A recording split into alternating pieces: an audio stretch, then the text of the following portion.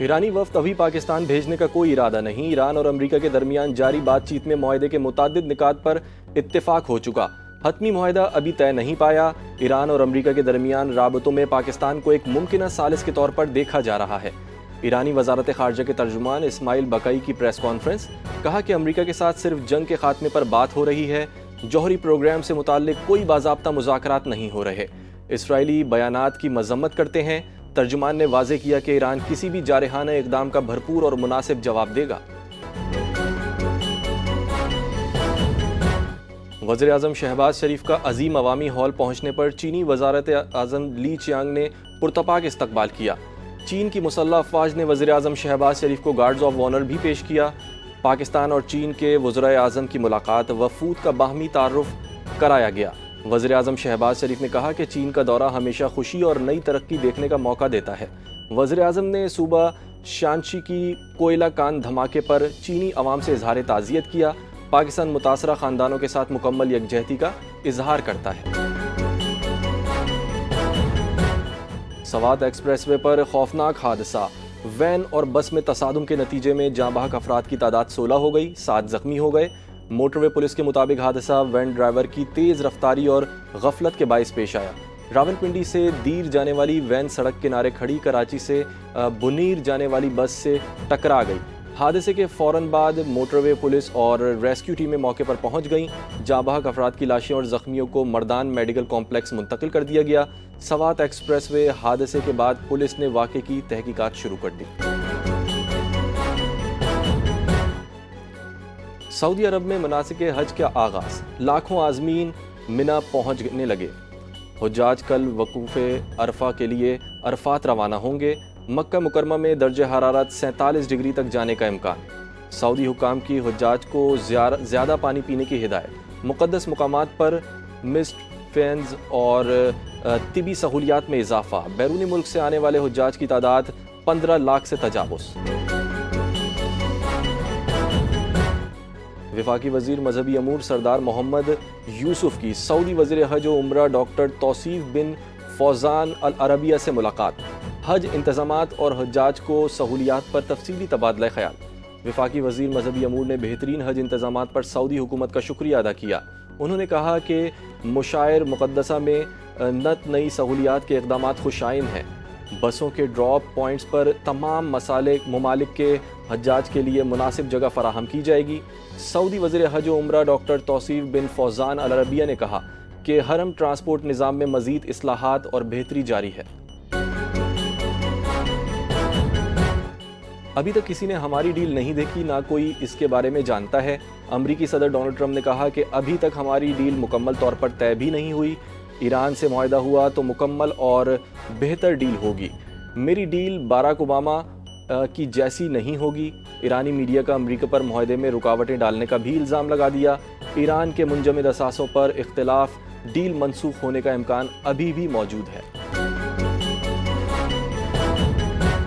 Field marshal Syed Asim Munir کے ثالثی کردار کا عالمی سطح پر اعتراف۔ پاکستان نے ایران امریکہ مذاکرات مسودے کو حتمی شکل دینے میں کردار ادا کیا۔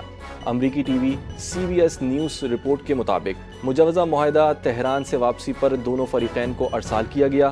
پاکستان کی سیاسی و عسکری ہم آہنگی ثالثی عمل میں اہم عنصر۔ فیلڈ مارشل کو امریکہ اور ایران دونوں کا اعتماد حاصل ہے۔ ٹرمپ نے سید عاصم منیر کو مائی فیورٹ فیلڈ مارشل قرار دیا تھا۔ امریکہ اور ایران کے درمیان کا مفاہمتی یادداشت ممکنہ اعلان فریقین کے بجائے پاکستان کرے گا اور مذاکرات کا اگلا مرحلہ بھی 5 جون کو اسلام آباد میں ہونے کا امکان ظاہر کیا جا رہا ہے۔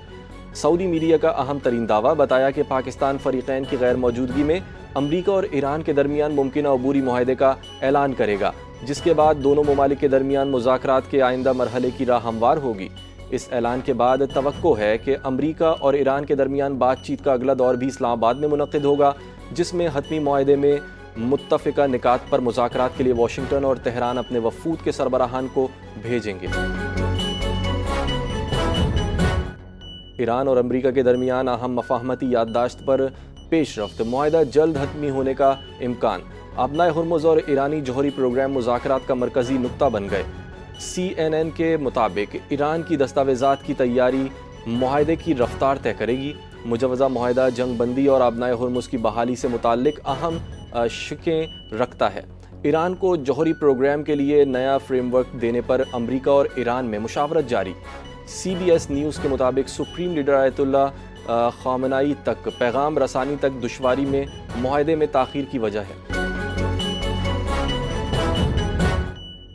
بھارت نے ایران معاملے پر پاکستان کے کردار پر اعتراض نہیں کیا۔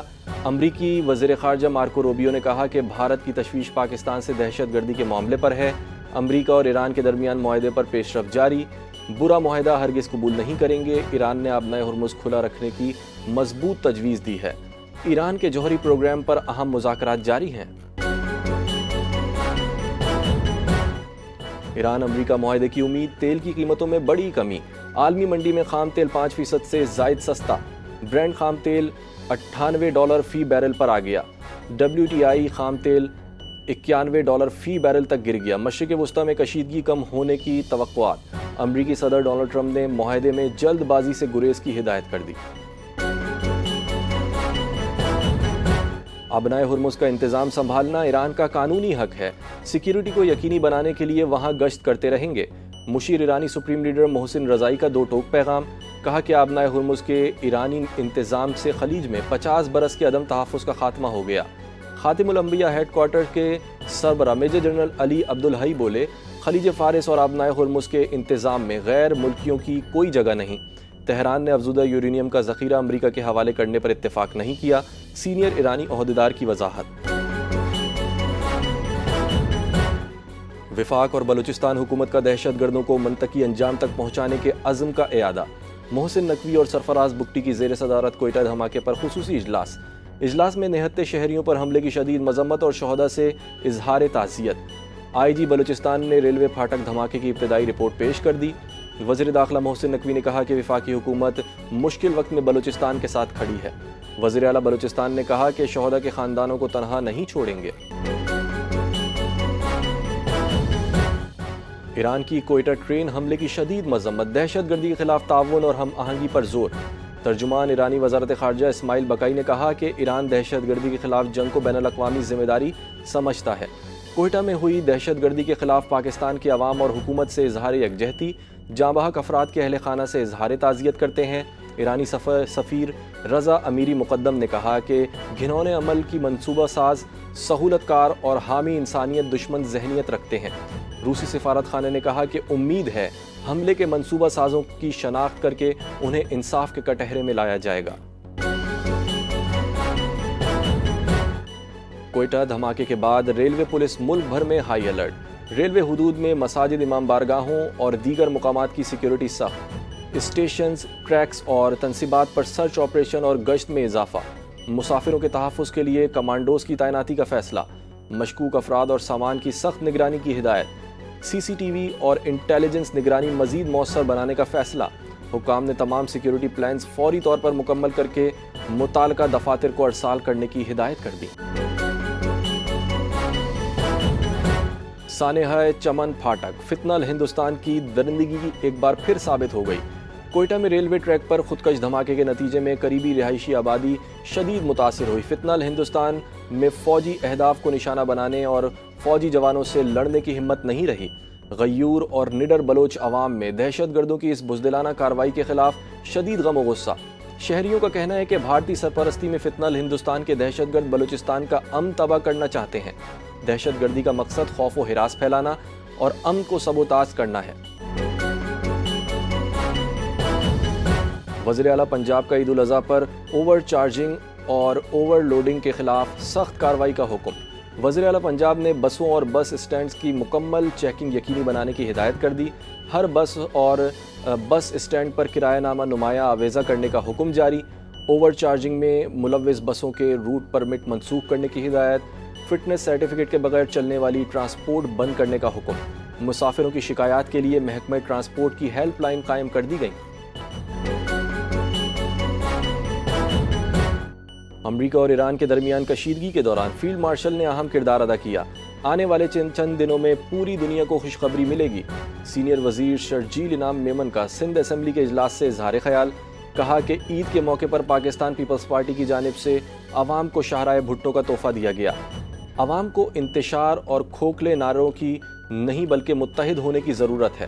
قواعد و ضوابط کے تحت توجہ دلاؤ نوٹس کے لیے باقاعدہ وقت مختص کیا جاتا ہے۔ ہر رکن اسمبلی پر لازم ہے کہ وہ ان اصولوں کی پابندی کرے۔ آج سے 31 مئی تک ملک بھر میں شدید گرمی کی لہر، درجہ حرارت معمول سے 5 سے 7 ڈگری زیادہ رہنے کا امکان۔ محکمہ موسمیات کے مطابق سکھر، جیکب آباد، دادو، لاڑکانہ اور جنوبی پنجاب میں پارہ 50 ڈگری سینٹی گریڈ تک جا سکتا ہے۔ کراچی میں گرمی برقرار، آئندہ دنوں میں درجہ حرارت 35 سے 38 ڈگری سینٹی گریڈ رہنے کی توقع۔ شہری احتیاط کریں، دھوپ میں غیر ضروری باہر نکلنے سے گریز کریں۔ بنگلہ دیشی حکومت کا پاسپورٹ میں اسرائیل سے متعلق بڑا اقدام۔ اسرائیل کے علاوہ تمام ممالک کے لیے کارآمد کا جملہ دوبارہ بنگلہ دیشی پاسپورٹ میں شامل کر لیا گیا۔ بنگلہ دیشی میڈیا کی تصدیق، حسینہ واجد کی حکومت نے 2020 میں یہ جملہ پاسپورٹ سے ہٹا دیا تھا۔ جنرل پاسپورٹ میں دوبارہ سوائے اسرائیل کی شرط شامل کی جائے گی۔ وزیر داخلہ صلاح الدین احمد کی صحافیوں سے گفتگو، کہا کہ سفارتی پاسپورٹ میں پہلے ہی اس پر عمل ہو چکا ہے۔ یہ فیصلہ فلسطین کے مسئلے پر بنگلہ دیش کی دیرینہ خارجہ پالیسی، عوامی جذبات اور اخلاقی موقف کے مطابق بحال کیا جا رہا ہے۔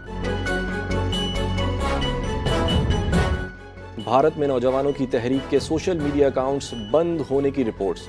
دکن کرائنکل کے مطابق کوکروچ جنتا پارٹی کی آن لائن سرگرمی متاثر، تحریک نے تعلیمی نظام میں مبینہ ناکامی، پیپر لیکس اور بے روزگاری جیسے مسائل پر مہم چلائی تھی۔ تنظیم کے بانی ابھیجیت دکے نے social media platform X پر دعویٰ کیا کہ ان کا ذاتی انسٹاگرام اکاؤنٹ بھی ہیک ہو چکا ہے۔ ماہرین کے مطابق یہ نوجوانوں کے معاشی اور تعلیمی غصے کی عکاسی کرتی تحریک ہے۔ غزہ کے نصیرات مہاجر کیمپ میں رہائشی اپارٹمنٹ پر فضائی حملہ، ایک ہی خاندان کے 3 افراد شہید، ماں، باپ اور ان کا 6 ماہ کا شیرخوار بچہ بھی شامل۔ عینی شاہدین اور اہل خانہ کے مطابق حملہ رات کے وقت اچانک کیا گیا۔ امدادی ٹیموں نے ملبے سے لاشیں نکال کر کارروائی مکمل کی۔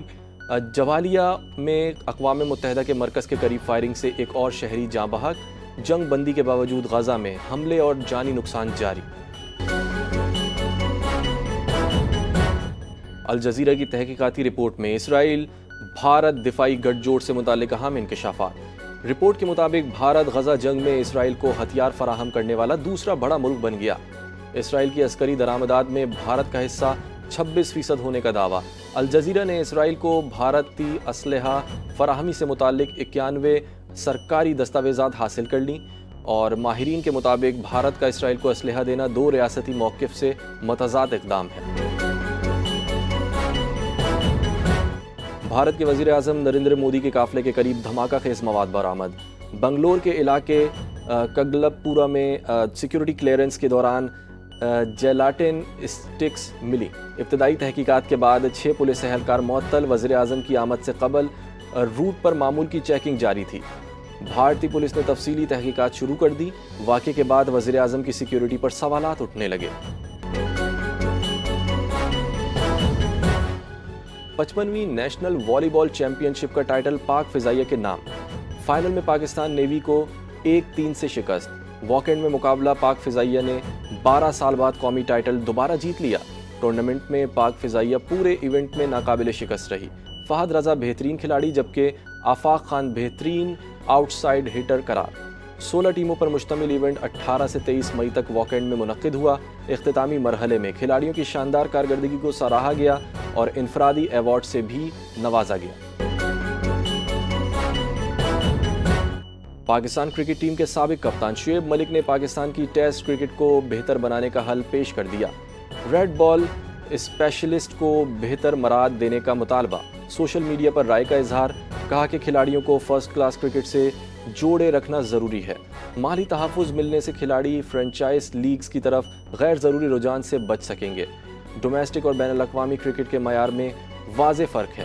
بین الاقوامی سطح پر عادی تیاری کے ساتھ کامیابی ممکن نہیں، عالمی سطح پر کامیابی کے لیے مکمل تیاری اور عزم ضروری ہے۔ اور پاکستانی نژاد برطانوی باکسر حمزہ شیراز عالمی چیمپئن بن گئے۔ کھیلوں کی دنیا میں ایک بار پھر پاکستان کا پرچم سربلند۔ باکسر حمزہ شیراز نے WBO سپر مڈل ویٹ عالمی ٹائٹل اپنے نام کر لیا۔ جرمنی کے ایلم بیگج کو دوسرے راؤنڈ میں ناک آؤٹ شکست دی۔ حمزہ شیراز کے خطرناک لیفٹ ہک کے نتیجے میں جرمن باکسر رنگ میں سنبھل نہ سکے۔ حمزہ شیراز نے میڈیا سے گفتگو میں کہا کہ اس کامیابی کے بعد اب 167 پاؤنڈ کیٹیگری کے تمام عالمی باکسرز کا سامنا کرنے کے لیے مکمل طور پر تیار ہوں۔